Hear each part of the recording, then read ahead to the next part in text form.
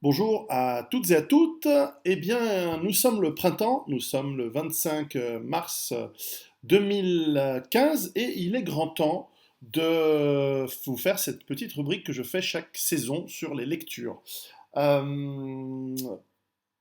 une fois n'est pas coutume, petite revue négative. D'habitude, je parle que de livres ou de revues que j'aime beaucoup, mais là, il me faut vous parler de quelque chose qui ne me plaît plus du tout. The Economist. Je l'ai souvent critiqué. C'était un magazine que je lisais de l'époque où j'étais encore dans la matrice et dans les affaires. De plus en plus, on a senti que depuis qu'il est passé sous contrôle de médias américains, de propriétaires américains et un éditeur américain, le journal, ce magazine, qui avait une bonne réputation dans l'économie et aussi dans le traitement de l'international, est complètement passé pro-américain, pro-atlantiste, sans aucune critique constructive et raisonnable. Ils ont été pour la guerre en Irak, ils ont été pour la guerre en Afghanistan, ils regardent l'information uniquement par le prisme atlantiste, par le prisme de l'Empire américain. Ils étaient pour la guerre en Libye, pour déboulonner et détruire donc la Syrie, contre l'Iran, et aujourd'hui contre la Russie. Donc de temps en temps, j'en fauche dans les lounges je me suis désabonné il y a bien longtemps, et de temps en temps, je le relis quand je suis dans les lounges des compagnies d'aviation, et chaque fois, je me dis, mais mon Dieu, les hommes d'affaires et les femmes d'affaires à travers le monde, s'ils s'informent par ce genre de torchons, pas étonnant que l'on va droit dans le mur et qu'on reste dans le déni, et surtout que l'on ne voit pas la liberté. Donc un magazine qui, comme la plupart des autres, n'est pas fait par des journalistes, de la merde. Passons aux livres que je vous conseille, les lectures que je vous conseille ce printemps. Alors il y en a plein, il faut savoir que je lis à peu près 2 livres par semaine, donc ça fait à peu près une centaine de livres par an, et ça c'est les livres dans lesquels je me plonge, excluant peut-être les livres pour mes prochains livres, pour ma recherche personnelle. Quelques livres qui sont vraiment intéressants. On me demande souvent, voilà, alors je vais vous le présenter, Rupture millénaire, Fred Déon, voilà, essai historique, c'est un livre, un petit essai, une sorte de livre d'histoire. Le livre est vite lu, très facile à lire.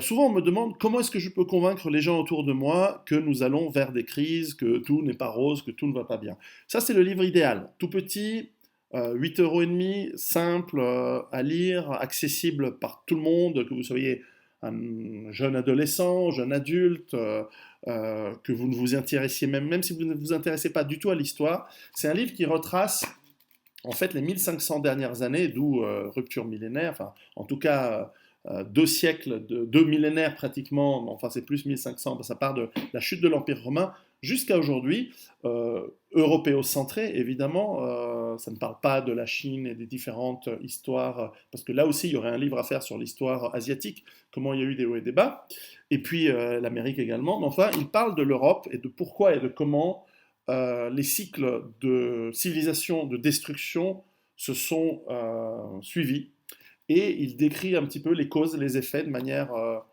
très succincte, très simple. Ça va justement de la fin de l'Empire romain à la Révolution russe, en passant par la Révolution française, en passant par la guerre de 30 ans, en passant par toutes les autres étapes, évidemment les guerres mondiales, la décolonisation, toutes ces étapes qui ont fait l'histoire de l'Europe et qui montrent à quel point, justement, elle n'est pas linéaire, elle va par des hautes phases de civilisation, puis des effondrements plus ou moins brutaux, plus ou moins violents. Et donc, ceux qui croient que tout va toujours bien devraient lire ce livre. C'est un rappel historique, c'est un livre, encore une fois, très facile à lire. Rupture millénaire, vous le trouvez sur Amazon, 8 euros, donc c'est tout à fait accessible, et c'est un livre que vous pouvez facilement offrir autour de chez vous. Alors, lorsque l'on commence à aller dans du plus lourd, alors là on passe à un autre niveau d'écriture et à une autre ambition. Un excellent livre, c'est la réédition de L'Avant-guerre civile de l'auteur suisse Eric Werner. Le chaos sauvera-t-il le système, réédité 15 ans après l'écriture de ce livre. Ce livre a déjà 15 ans, réédité par la maison d'édition Xenia en Suisse. Et c'est un livre, d'abord c'est un auteur qui est un grand philosophe, un grand écrivain suisse. Euh, Ce qui est impressionnant, c'est que déjà il y a 15 ans, il décrivait l'état du monde que nous avons aujourd'hui, un état chaotique, un état de la guerre de tous contre tous. Évidemment, son fil rouge est de déchiffrer pourquoi nous en sommes arrivés là, quelles sont les bases philosophiques, c'est un livre de philosophie, quelles sont les bases philosophiques qui nous ont amenés dans une situation de guerre civile permanente, larvée, et donc l'avant-guerre civile, c'est-à-dire juste avant la guerre civile. Et d'ailleurs, la conclusion de ce livre vous amène à lire un autre livre d'Éric Werner qui est très bien, qui est Vers l'extermination. Et à mon avis, ces deux livres sont liés, mais enfin, voilà, je vais vous parler de celui-ci aujourd'hui. Ce livre, écrit il y a 15 ans, est d'une lucidité et d'une pertinence euh, limpide, parfaite aujourd'hui, et il vaut la peine ça vaut vraiment la peine de s'y plonger si vous voulez chercher des raisons un petit peu plus philosophiques à l'explication du monde dans lequel on est aujourd'hui. Ce livre a été remanié, alors bien que le texte est évidemment l'original, mais il a été remanié par des notes de bas de page qui sont assez intéressantes, qui mettent bien au goût du jour le texte. Et il y a également une préface et une postface. D'ailleurs, la postface est succulente de l'éditeur Slobodan Despot, succulente de politiquement incorrect et tout en subtilité. Rien que pour la postface, c'est pas mal. Donc voilà, je vous le conseille si vous voulez comprendre les raisons philosophiques. Je sais que parmi vous et moi, nous sommes nombreux à nous intéresser pas seulement aux causes, pas seulement aux forces brutes, mais également aux raisons des choses. Alors ça me fait penser que souvent on me traite de négatif, de pessimiste. Moi je crois vraiment être plutôt réaliste. Mais c'est vrai que je fais rarement la part de lumière à des écrits positifs, optimistes. Alors, vous le savez que j'apprécie beaucoup le travail de Étienne Chouard. Voici un auteur, Olivier Chiocca, est-ce qu'on le voit bien? Non, on le voit pas bien. Qui a écrit un livre qui est très optimiste, qui s'appelle L'éveil des consciences de 2015. Alors, je vous dis tout de suite, j'y crois pas du tout. Mais ça fait plaisir et il faut encourager des auteurs qui amènent euh, peut-être un bol d'oxygène parce que nous nous préparons, nous sommes tous plongés dans nos préparatifs et évidemment nous étudions les scénarios les plus noirs et quand il y a des informations il n'y a que ça de toute façon, des informations négatives, je vous rappelle que nous sommes aujourd'hui pour moi en niveau 3 d'alerte, 3 niveaux sur 5, donc on est proche d'un niveau d'alerte vraiment catastrophique. Bref, c'est quand même agréable de voir des gens qui s'imaginent dans le futur, alors c'est sous forme d'une sorte de roman-essai, c'est un hybride entre un roman et un essai, le narrateur est dans le futur et raconte à un membre de sa famille comment s'est passé l'éveil des consciences de 2015, et finalement c'est une sorte de scénario d'aboutissement de ce qu'écrit Étienne Chouard et ça je suis d'accord avec Étienne Chouard, avec une prise de conscience de la nécessité de changer la structure même des systèmes politiques qui font qu'aujourd'hui, quoi qu'il arrive, on sera de toute façon mal géré et géré par des pourris. Et donc, alors je pense que Olivier Chioccia vient plutôt à une sensibilité plutôt sociale, mais le livre est intéressant. Donc 6 euros, c'est encore une fois un petit livre, vous le trouvez, j'imagine, c'est auto-édité, donc vous le trouvez sur Amazon normalement. L'éveil des consciences de 2015, dialogue générationnel chronologique, c'est pas mal. Un petit peu de positif de temps en temps, ça ne fait pas mal.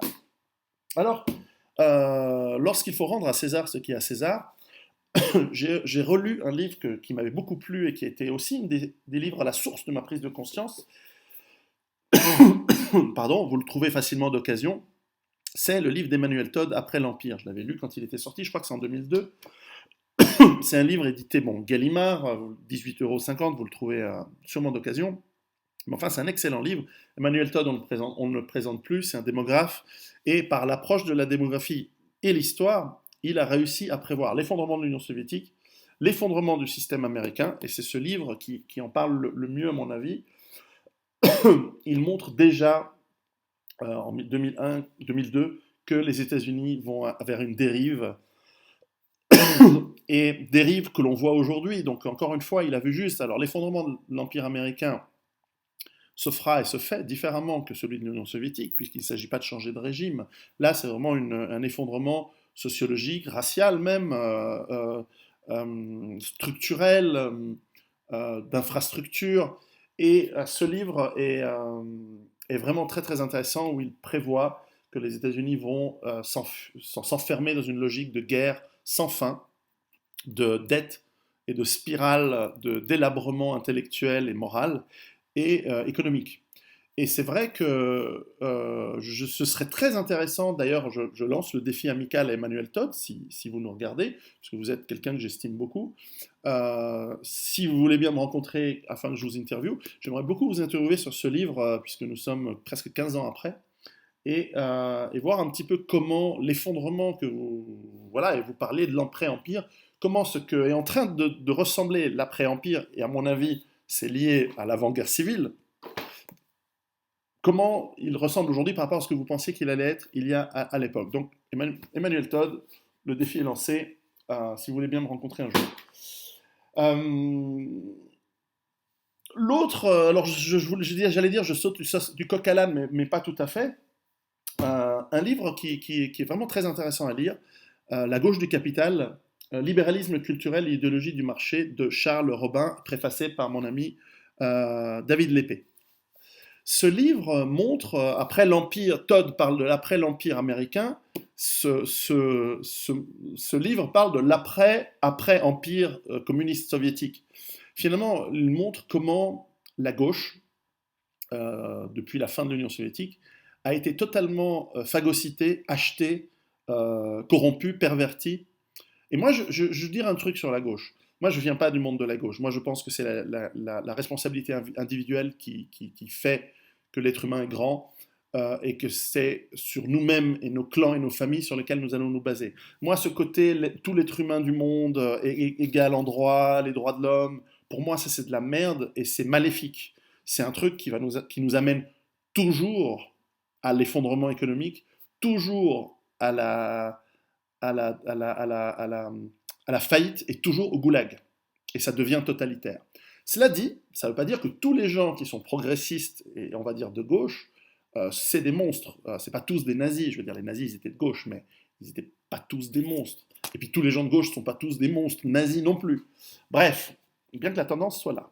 Mais bref, au-delà de la boutade, ce qui est intéressant avec ce livre, qui est vraiment, que je vous conseille de lire, qui est vraiment bien écrit, qui est bien fait, si vous voulez plus de détails, peut-être vous allez trouver des conférences de Charles Robin, qui a réussi à faire le grand écart, de passer de l'extrême gauche au dialogue avec des gens comme Alain de Benoît, ce qui montre l'intelligence de ce Charles Robin, qui est un jeune, en plus, un jeune philosophe, un jeune auteur, très intelligent, je trouve, dans sa dialectique et dans le fond de ce qu'il raconte.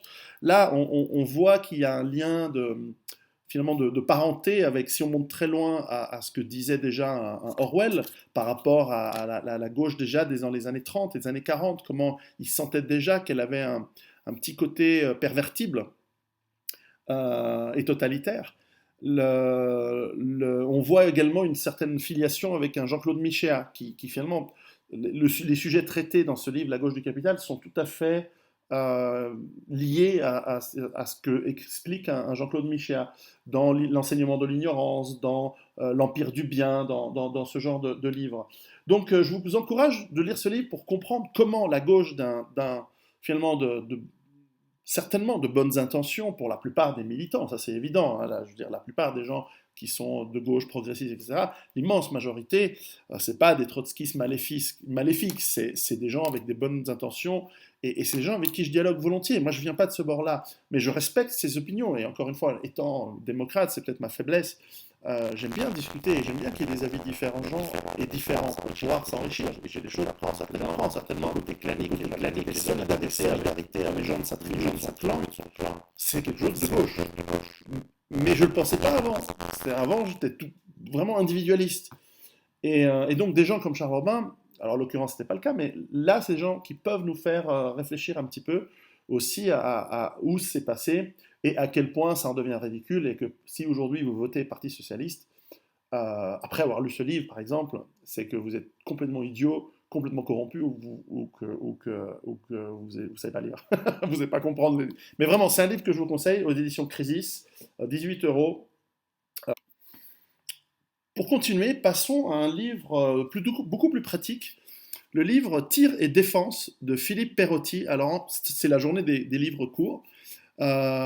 Si vous cherchez un livre qui vous donne les bases de droit, de philosophie et de techniques simples pour utiliser une arme à feu, pour sauver sa vie ou celle d'autrui, eh bien, Philippe Perotti, qui est Pépé, salut si tu nous regardes, qui est un instructeur, un ancien évidemment militaire et policier français, qui est un instructeur vraiment de talent. Il se propose dans ce très très court livre, très très simple, 5 euros, hein, que vous trouvez facilement aux éditions, c'est pas écrit, mais en tout cas vous le trouvez facilement sur Internet, je l'ai déjà vu.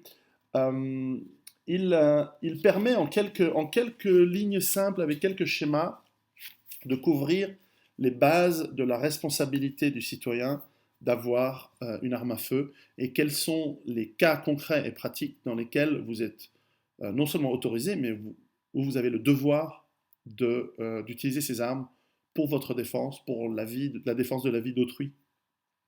Et donc, à quel point c'est fondamental pour la responsabilité d'un citoyen, d'une citoyenne, et même d'un adulte, de pouvoir avoir ce rôle au sein de la société, de ne pas être une victime, de ne pas subir, de ne pas être euh, non plus dans le fantasme.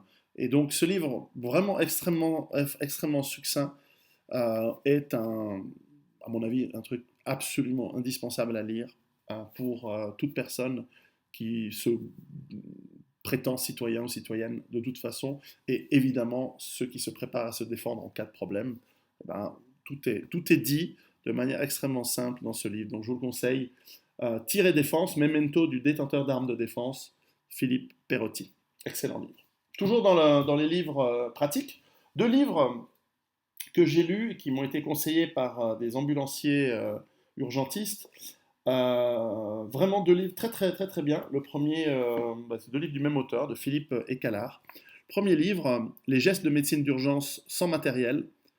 Et voilà, tout ce qui peut arriver de manière simple en cas d'accident est résumé dans ce livre. Voilà, ce sont des livres, je ne vois même pas le prix, peu importe. Euh, bon, vous le trouvez facilement sur Amazon, je l'ai trouvé sur Amazon. Donc tout en cas ça va d'empoisonnement, de vertèbres cassées, d'accidents, d'épaules déboîtées, de morsures de serpents, de tiques, etc. Vraiment un très très bon livre simple. Voilà, ça peut vous sauver la vie. C'est quelque chose qu'on devrait tous avoir lu et que l'on devrait relire régulièrement chaque 2 ou 3 ans pour rester au minimum éveillé à ces techniques qui peuvent sauver la vie. Autre livre du même auteur, Philippe Écalard et David Lamal, Sans situation d'urgence chez l'enfant. Si comme moi vous avez plein d'enfants dans tous les sens, mais enfin même si vous n'avez pas, vous pouvez avoir des problèmes avec des enfants. Là aussi, un livre qui va vous donner toutes sortes de solutions simples en cas, ça va jusqu'à l'hernie, ça va en cas de maladie infantile, quelque chose encore une fois qui est simple et que l'on devrait tous connaître et que l'on devrait tous savoir pour être bien préparé en cas de pépin, en cas de maladie, chose qui arrive tout le temps. Encore 3 livres pour terminer. Tout d'abord, Contre-vérité de Rachid Kassem aux éditions K Éditions. Livre d'histoire, histoire de la Tunisie au 19e et au 20e siècle, donc comme l'indique le sous-titre, monarchie, protectorat, république. Livre d'un patriote, et je comprends pourquoi l'éditeur qui a édité, c'est l'éditeur en langue arabe de Survivre à l'effondrement économique. Je pense qu'entre patriotes, on se comprend. C'est un livre très intéressant, avec une vision de l'histoire de Tunisie, dont une grande partie j'ignorais. Justement de la période du Bey, de la période du protectorat français, de la période de la République, et finalement très très critique de toutes ces périodes et même de certains grands personnages historiques tunisiens. Donc un livre très pointu qui plaira à mon avis si vous êtes en Tunisie ou si vous êtes d'origine tunisienne. Et si vous aimez l'histoire, ce livre va beaucoup vous plaire, donc je vous encourage à le consulter, à le lire. On en apprend beaucoup sur voilà, une certaine vision. Alors c'est un livre avec un certain parti pris, évidemment, mais voilà, des thèses très intéressantes sur l'état de la Tunisie, et certainement un livre écrit dans les années 80 et réédité récemment ou édité récemment, laisse présager un certain espoir pour la Tunisie de se développer d'une autre manière, enfin de continuer son développement d'une autre manière que celle que ce qui a été le cas depuis la période ottomane, protectorat français ou même la République plus récente. Et je pense que l'histoire donne raison à Rachid Kassem. Donc voilà, un livre d'histoire. Alors pour rester dans le monde musulman, alors un livre que j'ai lu récemment qui est fascinant, Le grand secret de l'islam, d'un auteur qui signe sous pseudonyme Olaf, je le comprends. Alors si vous êtes musulman, ne lisez pas ce livre. En revanche, si vous êtes objectif et vous aimez lire l'histoire, ce livre est très intéressant car il amène certaines hypothèses avec certains faisceaux d'indices et de preuves selon l'auteur. Moi, je ne suis pas spécialiste de cette période, mais en tout cas, voilà, c'est un livre très érudit qui couvre l'histoire première de l'islam, donc autour de la biographie de Mahomet, des conquêtes initiales de l'islam, d'abord au Moyen-Orient, puis en Afrique du Nord et en Asie mineure. Et donc, voilà, un livre vraiment très très intéressant. Alors évidemment, et c'est pour ça que je disais, ce livre ne s'adresse pas à des musulmans qui ne soient pas ouverts d'esprit et intéressés à l'histoire, parce qu'évidemment, il va remettre en question pas mal de dogmes fondamentaux de l'islam, mais je trouve qu'il le fait de manière objective. J'ai lu des livres dont je ne parle pas ici, qui sont d'une critique qui se veulent historiques, mais qui insultent à toutes les trois lignes la religion. Et je m'en fous à la limite quelle qu'elle soit, que ce soit le christianisme ou l'islam, on devrait être capable de voir l'histoire de manière objective, sans insulte. Après, les gens qui pensent que l'histoire ne peut pas être autrement que ce qui est écrit dans un texte sacré, bah, ça, évidemment, on ne peut pas empêcher la personne d'avoir une certaine croyance. C'est pour ça que je dis, ce livre, il faut être très ouvert d'esprit. Mais en tout cas, il est, je le trouve, extrêmement fascinant. C'est pas le premier que je lis sur une certaine exégèse de l'islam. C'est un livre vraiment, voilà, vraiment, vraiment très intéressant. Je ne vais pas en dire plus parce que j'ai pas envie d'avoir de fatwa.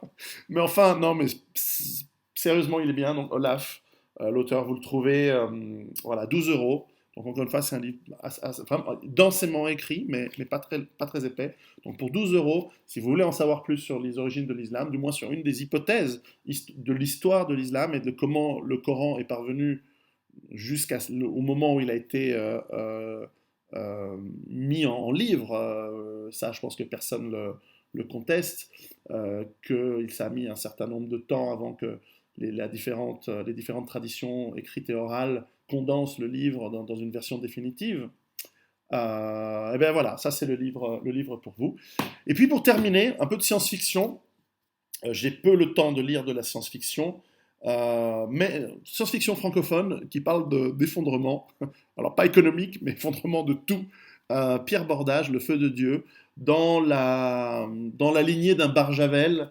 Alors c'est un auteur assez prolifique en France, qui nous parle d'une catastrophe apocalyptique, géologique, presque cosmique sur Terre, et d'une personne qui se prépare, mais qui se retrouve coincée à Paris alors que le monde s'effondre et que c'est une véritable apocalypse. Et il essaye de rentrer dans sa mini base autonome durable, qui n'est pas tout à fait autonome, hein, ni durable, mais bon, ça va dans l'esprit un petit peu, dans laquelle il y a sa famille et des gens mal intentionnés sur le chemin, autour, dedans. Bref, toute une intrigue divertissante. C'est plus dans l'esprit divertissant. Je ne sais pas s'il y a beaucoup à apprendre comme technique, mais enfin, c'est intéressant et parfois, voilà, il y a même un peu de mysticisme pour les gens qui aiment bien ceci. Donc c'est un livre qui va être agréable à lire pour vous, mesdames, pour nous aussi, messieurs. Donc voilà, livre de science-fiction. J'en ai plein d'autres, hein, j'en ai une pile encore à lire. Et voilà, alors je vous remercie encore toutes et à tous de suivre ces petites vidéos. La raison pour laquelle je l'ai fait, c'est un petit peu pour donner des idées, pousser à la réflexion, partager quelques informations. Je donne des informations plus quotidiennes, parfois avec de l'humour. On essaye. Sur ma chaîne, vous pouvez vous abonner à la chaîne YouTube, mais également suivre la page Facebook Piero San Giorgio. Et si vous êtes anglophone, la page en anglais, la page italienne pour les italianophones. À très très bientôt et bonne lecture et préparez-vous.